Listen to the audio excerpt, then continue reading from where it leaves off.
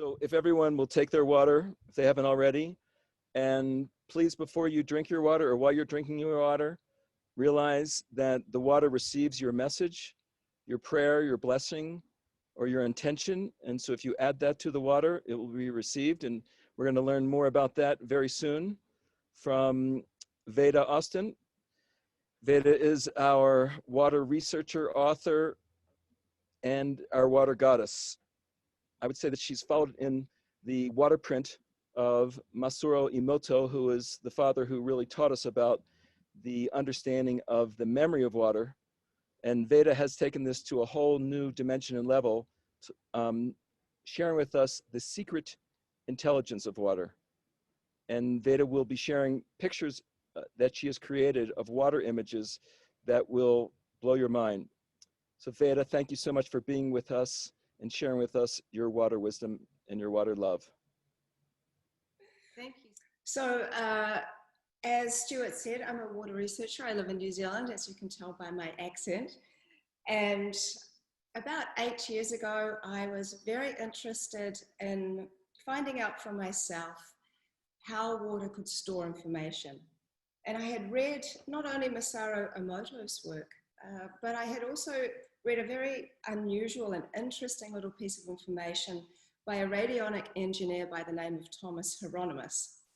And he had observed that when he went into a Parisian meat market, he saw that the freshly placed organs of the animal appeared to be affecting the way the frost froze on the back of the glass behind them. He observed that, say, a heart organ actually seemed to be affecting the way the frost froze in the shape of a heart organ, and the same with the liver, the same with the kidneys, the same with the brain. And they were forming shapes which were the same as the organs. And in his opinion, just because the organ was actually no longer in the living body, it still had some kind of life force. And his belief was that the life force energy was actually in the water, in the blood of the organ, and it was having an impact on the way in which the organs froze, the frost froze behind them, which I thought was really, really interesting. And then when you weave that together with Masaru Emoto's work, where he was microscopically looking at water in contrasting emotions of love and hate, and getting geometries or getting kind of a mudslide when it comes to the word of hate. And then there was a very interesting man as well called Laurent Costa that inspired me. And his work was microscopic. His work was similar to Emoto's, except that rather than getting geometries, he was getting imagery. And his imagery was in the shape of hearts. He was seeing fish, he was seeing faces and smiley faces. And I was putting all of these things together, and I thought, well, I wonder if there's anything I can do to prove if water can store information in this way. So I got a petri dish, and I didn't have a microscope at the time. So I thought, well, I'm just going to get a petri dish of water. I'm going to imprint it some way with my thought, and I'm going to freeze it, pull it out, and see what it does. They had no attachment to what would happen. And so something very organic happened in the process of that. So I got my glass petri dish. I had some amazing water. And I noticed that there was a bit of fluff in the water. So like, oh God. So I put my hand in to take the fluff out, consciously thinking, I wonder if my hand will have any impact on the water's memory. At the time, I didn't know if water really had memory. I hadn't seen it for myself. I put it in my freezer and I froze it, and I kind of forgot about it for a while. And then later that day, I remembered, and I pulled it out and I held it up to the light, and I took a photograph of it on my iPhone. And the photo that I took was so profound that it inspired the last 8 years of my research, over now 12,000 photographs of water responding to influence through imagery. And it was of a hand that took up half the petri dish. So we're not talking microscopic, we're talking macroscopic. And it was so clear and so obvious that it kind of almost freaked me out. And I'm like, my conscious mind was going, no, this can't be real. But in a moment, I'm going to show you a slideshow. I'm going to talk you through quite a few of these photographs so that you can really see what I'm talking about. But before I do, I'll just say that I was so surprised by the image that I showed the photo I took to my son, Rama. And I said, Rama, what's this? He said, oh, it's a hand, Mum. Like, it really is a hand. It is a hand, isn't it? And so I went down to the beach and I got some seawater. And so I'm going to now see, bear with me. I'm pretty sure I know how to do this now. So I'm going to go into the screen share. I'm going to go here and share. And I'm going to go to here. So this is the, I'm going to push play. So can everybody see the image? I can't hear anybody, but nodding. Yeah. Good, okay. Yes. So this was the hand that I saw in the ice. And it's pretty obvious that it's a hand. This is totally frozen ice. And my technique changed over time. So then I told you I went down to the sea and I got some seawater, a very thin layer of seawater in the Petri dish, because seawater freezes much slower than regular water. And I saw this fish in the ice. You can clearly see the outline of the fish and the perfectly round eye and the fins. And you'll notice that it kind of almost has this type of burning and texture, and that's much more indicative of seawater. So I'm like, okay, this is when my freezer became my most used household appliance. So I then wondered, well, if water can pick up this kind of information and show it to me through imagery as it freezes, what would it do if I used the influence of an image or a photo, since it appears to like to show up in imagery? So I began using photographs as my influence. On the right, you'll see my friend Wendy's photo. I printed it out. I put a Petri dish of water on top of it for 30 seconds. I froze it using my newer technique, which is now not so much, I don't freeze water completely anymore, because I have observed that there are two types of water in water: informed water and uninformed water. Informed water appears to adhere to the glass Petri dish at the bottom of the glass Petri dish very quickly, and it does it first. Uninformed water stays liquid for much longer. So I only photograph the informed water, and it's almost like a liquid crystal architecture in the shape of imagery. So you can see that the water, as it has used its building blocks of ice to create this image, has actually shown Wendy's features in this picture. Again, my mental mind was saying, well, maybe that's a fluke. Let's see if it can pick up somebody else's features. Maybe that was a coincidence.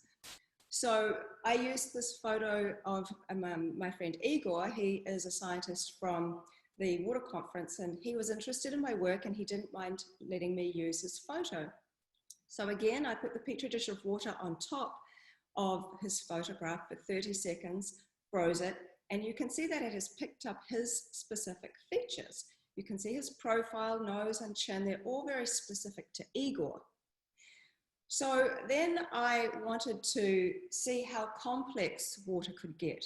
So I used the photograph of my daughter's braid, and again put the Petri dish of water on top of the photo and froze it, and this is the image that I got and photographed. So reminding you that this is just not, there is no thing as just water, but this is informed in water showing intelligent design.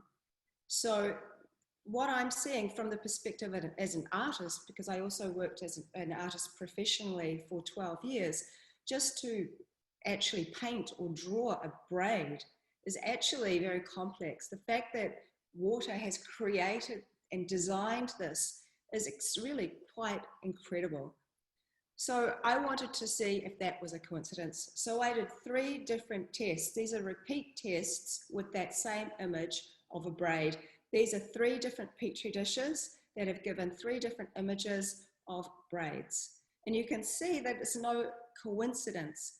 I'm also not taking hundreds of photos and choosing the best one. I can't. The water, the actual ice melts much too quickly. I take 1 to 2 photos per petri dish. So moving on, this is quite helpful because you can see the actual test that I did. I was researching electrical conductivity and I saw this black and white photo I quite liked, printed it out, I put that petri dish on top of it, and you can see how the water has started to, it's actually it's almost like pixels creating a photo.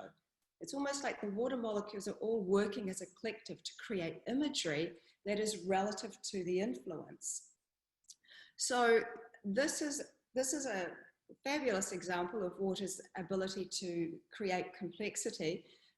This is a Van Gogh picture, this very famous sunflower picture. I put the petri dish of water on top of it for 30 seconds, and the image on the left is the water's response. There are many different colors that come through. I hold it up to the light in my house. I have a lot of light in my house and a lot of different colors. So you'll see varied colors coming through because it's only a very thin layer of water that I use that turns to ice. So I wanted to see what other influences I could use. So this is a very interesting one. I wanted to use words as an influence. So I was given a wedding invitation, and the wedding invitation was just had the word, you're invited to so-and-so's wedding. It didn't actually have any images of rings or anything like that. It had a dove or something on it. But I put it on the word wedding. And this is the image that occurred. So I put the petri dish of water on top of the word wedding, and for 30 seconds froze it, pulled it out. And this was the image I got in the ice that was very similar to a wedding ring. Again, this is interesting. I didn't use an English word. I used a Latin word. I used the Latin word, which I'm not sure if I'm saying it right, but pugione, which means dagger. And this was the image that I got in the ice, which was great because I could see that it wasn't only picking up in English words relative to what I speak, it was picking up other languages. And I've done very different words from different languages as well. My daughter did this one. The word was unicorn. You can see that the unicorn horn is there, the mane and the eye, the profile of the unicorn and his neck. It looks a little bit like a picture that might have come out of the movie Frozen. My daughter did this whole experiment. Well, I don't like the word experiment. I use it every now and then because I speak to a lot of scientists. I'm a body of water that doesn't want to be experimented on. So I tend to prefer to call them co-creations because what I'm seeing is water actually responding and co-creating with me. I feel that I'm the medium and water is the artist.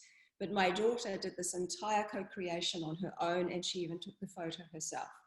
So it isn't only me that can do these. So this was from the influence of thought. My son Rama was named after the Hindu god Rama, Lord Rama, and Lord Rama always carries a bow and arrow. And we were having this conversation about Lord Rama and his bow and arrow. And so we thought, well, let's project the thought of an arrow into the petri dish of water. This was my son. My son projected the thought of an arrow into the petri dish of water, and this is the photograph that we got from his thought. So we wanted to see if that might, I actually wanted to see if we could do that repeatedly. So these are 3 different tests of the thought of an arrow. And although they are always different, you can always see the same subject. It's as if there's a different artist every time, but creating the same image. So this is very interesting that repeat studies are helpful because it shows you that it's not coincidental. So moving on, this was the thought of an angel. So you can clearly see that water is designing imagery very specific to the influence. And this is another, these were the thought of a shooting star and the thought of the man in the moon. So as we're going through, you're starting to see real consistency with water's ability to show imagery relative to the influence. I thought, well, why just, not stop there? So I went on to media, and I was sitting petri dishes in front of movies. You might be able to guess what this one is, but it was Batman: The Dark Knight. And so I was like, okay, so I went on, I didn't stop there. This one was from The Lord of the Rings, which I happen to have also been in myself. I was a ring wraith in Lord of the Rings, so I couldn't leave that one out. But you could see that the ring is clearly represented in the ice. I'm pretty sure that a lot of people might be able to guess what this one was. It's like, it has a very powerful theme song, which we all know, which is Jaws. And so water has designed literally the shape of what looks like a shark's mouth with all his big teeth. This is a very important photo that I took. So the water was actually shown a YouTube video. And I say shown, I use a lot of words that we can relate to as people, but like Stuart was telling us, we are by molecular count, just nearly 100% water. 98, 99% by molecular count. There are more water molecules in our body than there are stars in the Milky Way, and we're looking at ourselves through our fourth phase, 99% water eyes. We're only a cut away from liquid, and yet we see ourselves in the mirror and think we're so solid. Water is multidisciplinary, and it is almost like able to pick up things that we don't necessarily imagine that it could. This is a good example of that. In the YouTube video that the water saw, it was of a pig jumping out of a moving truck. It was being taken to an abattoir. And the pig, you see it jump out, and it's fine. It got saved by some people. It's now having a happy life. But you see that the first pig up the top is quite clear. You can see his face, his mouth, his ears, and everything. But water has picked up a second pig, which I've outlined on the right photo. And you couldn't see that in the video. What's interesting about that is I think that water sees more than is the obvious. So I believe that there was a second pig that was wanting to follow the first one that we couldn't see, but the water has shown us. So I find this a very important photograph. And the next photograph is another example that water can pick up more than the obvious. So the influence for this co-creation on the right was a butter knife. You can see what I've done. I put the butter knife on top of the petri dish of water. But what was fascinating is not only did water pick up the butter knife, but it picked up the coasters in the background that weren't part of my co-creation. It shows that water is picking up information beyond just the influence. And I found that to be a very, very important photograph. But I wanted to see if water really was picking up the specifics. So I used a different type of knife, and a different type of knife appeared in the ice. In this photo, you can see I started to use different influences. I put a physical amethyst into the water. You can see the actual experiment, and you can see the ice image above it. It's very clear that water is picking up and able to intelligently design what it has experienced. Here, I took the water that was in the jug with the broccoli inside, and you can see that water has designed the broccoli. Again, it's just extremely consistent. This was one of probably quite a random thing. I go to a cafe quite often, and there is this dog bowl that they leave for dogs, and there was a schnauzer dog like this one that was drinking out of the bowl, and I thought it was so cute. And I thought, oh, it'd be so cool to be able to use some of that water to see what would happen. So I spoke to the lady that was working there, and it was probably her most random question, but I said, could I please use some of your dog bowl water to take home?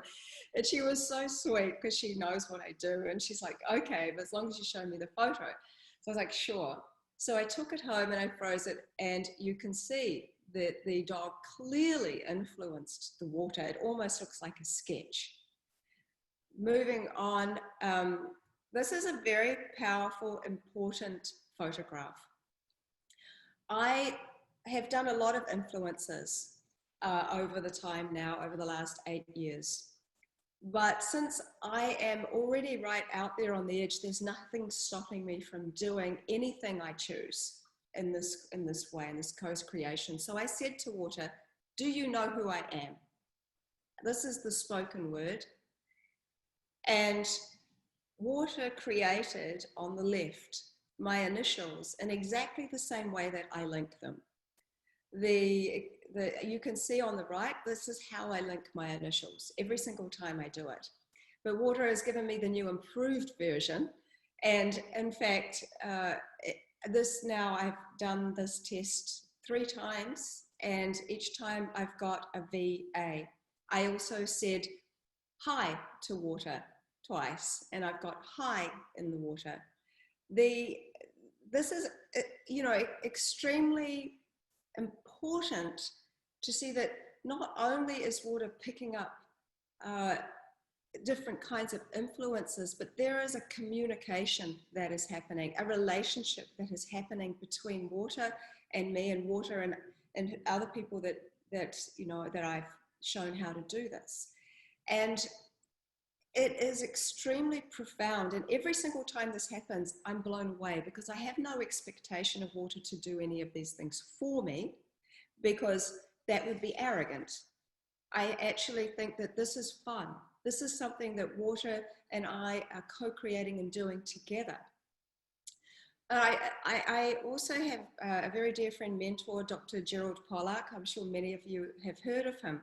And one of the things that he really wanted to suggest, coming from a more scientific suggestion and perspective, was to do these repeat tests to show that this is not random. So I used the influence of a printed out version of this Egyptian hieroglyphic tablet, which is at the bottom right. And these 3, I put 3 petri dishes on top of that image and froze them all. The 3 images almost looked like they'd been looking at the tablet from different angles. And it shows that water genuinely is picking up and deciding, and I use that word intentionally, to show the imagery in a very similar manner. So moving on, this was from the song. So I used music as an influence a lot. And I love music. I think music is a medicine, and music travels faster through water than it does through air. And it is an incredible vibrational way of water being able to pick up information and share it. So there are many different examples of water's intelligence that I've seen through water. So this was from the song Stairway to Heaven. And this was over the course of a year, different tests that I've done to the same song. Again, different artists, but same image. So you can see that a stairway has been formed in every single photograph. So water has decided to use the word that was very relevant in the song, Stairway to Heaven. So again, this was interesting because I used a gong, the sound of a gong. But rather than show some geometries or some patterns, water decided to be very literal and show the gong and the mallet. So I have learned to not take anything for granted with water, or assume that it will do anything, because it keeps surprising me all the time. I used the influence of emotion as well. So I projected emotion into water. The top 3 were the emotion of love. Every single time, I have many more of these now, but every single time I project the emotion of love, water interestingly decides to show the shape of a heart, which is relevant to us as human beings, because when we see the shape of a heart, we associate it with love. But the shape of a heart is a very human kind of connection to the word love. And water has used that so that almost as if so that we can connect and understand this is water showing in the word love. Below it is the emotion, the feeling of stress. It's very prickly, it's very spiky, and that's how stress feels to me sometimes. So when I projected the emotion of stress into water, this is what water, how it represented it. So I then wanted to see an even more complex thing. So I thought and projected the feeling of heartache into water. And heartache is a lot of like a combination of these two. It's often the love, the feeling of love, but there's also stress is part of heartache. So water took the one on the left, which is love, the one in the middle, which is stress, and put them together. It put a little heart and it put that on top of the spiky stress. So heartache now has its own image. So I'm calling these, it was interesting because Stuart called us hydrosapiens, and I'm calling these hydroglyphs. And these hydroglyphs, I'm starting to be able to actually now read water. Water is, in fact, able to, I'm just going to stop that share. Water is actually able to show me words. So I now have about 25 words. So I know that when water says yes, I know when water says no. I have various different words like love and hate and just children and different types of words. And because I've seen so many repeated patterns, I know how water wants to represent that word. So I'm starting to read ice. And this is something I've been working on now, which I call hydroglyphs. So I think I've gone over my time, Stuart, but I am so excited about this work because I feel that water has a message for all of us. It's showing an intelligence far beyond what we have ever given it credit for. I am working with something that is responsive and intelligent. Over 12,000 of these photos is not a coincidence. And I believe that it is the relationship that we form with water that is actually incredibly real, incredibly potent, and very powerful going forward, understanding ourselves as a water being and seeing that, like I said, we're only a cut away from liquid, an emotion away from liquid, an exercise away from liquid, and many other things away from liquid. But we think we're so solid. If we look at the water, this is like the water in its fluid state outside of the body is sort of like the abstract form of divine intelligence. When it becomes informed or in form, it creates form. It's in form, like Bruce Lee says, be like water. You know, it becomes the cup, it becomes the vase. So, but is it the vase and is it the cup? It's just become the shape. So I think we're like human beings. The water has literally taken the form of the human. And once the person said to me, what if, and it's just an interesting suggestion, but he said, what if water is expressing its consciousness through us?